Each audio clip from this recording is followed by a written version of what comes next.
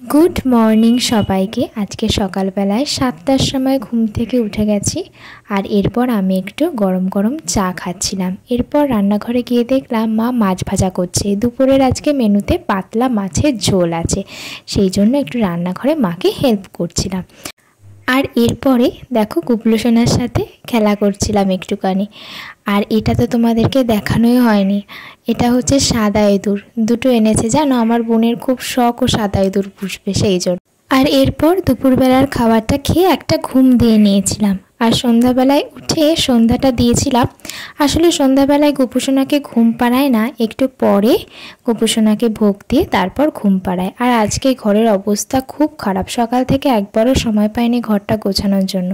ঘরটা গোছানোর আগে ভাবলাম একটু মুখে কিছু মাখা যাক, অনেক দিন তো কিছু মাখা হয়নি, সেই জন্য সকালবেলায় সময় পাই না, রাত্রেবেলায় নিয়ে বসে যাই এইসব।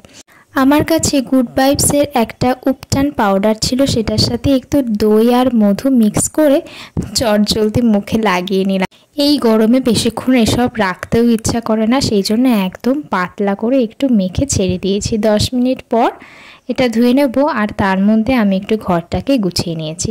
গুড ভাইবসের এই পাউডারটা আমি অনেক দিন ধরে ব্যবহার করছি, ভালো রেজাল্ট পাওয়া যায় এটাতে। আর এরপর ডিনার করে নিয়েছিলাম। আর রাত্রেবেলায় আমি একটু মুখে বোরোলিন আর ভ্যাসলিনই মাখি।